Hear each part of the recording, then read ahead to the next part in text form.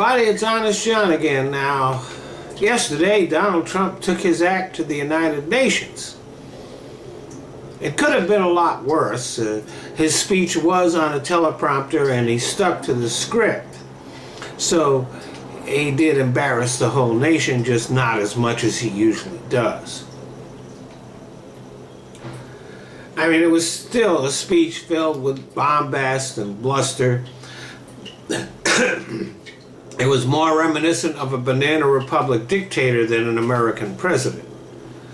Naturally, he had to come up with a nickname for Kim Jong-un, calling him the Rocket Man, and threatened to destroy his entire country.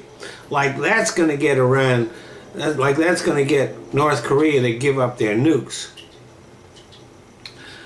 He also said the Iran nuclear deal was the worst deal in history, even though he has no clue what's in there. And I'm sure that when the Koreans, the North Koreans, see Trump acting like he wants to pull out of the deal, even though Iran has complied with the deal completely, I'm sure that doesn't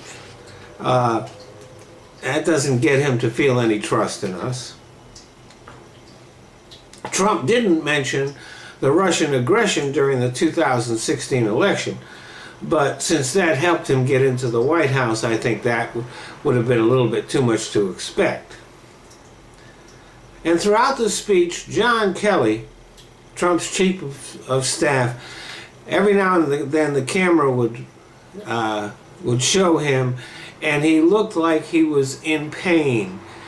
He was obviously horribly mortified and embarrassed.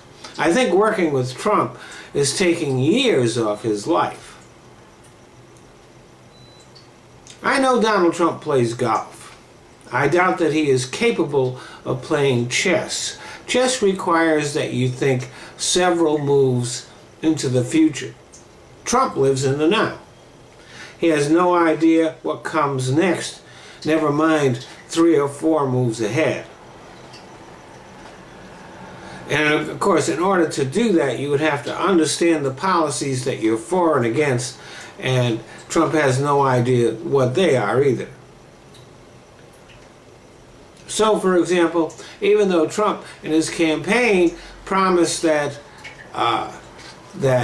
his health insurance plan was going to insure every American and it was going to be great and everybody was going to have better coverage for less, now it doesn't matter to Trump what's in the plan, even though Trump Care would cause devastation to the American people and to the healthcare markets and the healthcare system.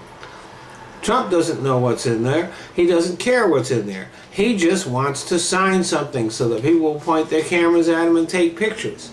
Doesn't matter how bad the plan is. And it's the same way with foreign policy. He doesn't understand that our alliances are not just deals. Well, in some cases they are. We have certain allies that are pretty troublesome and they just serve our purposes. But our most important alliances are with allies that share our most cherished values.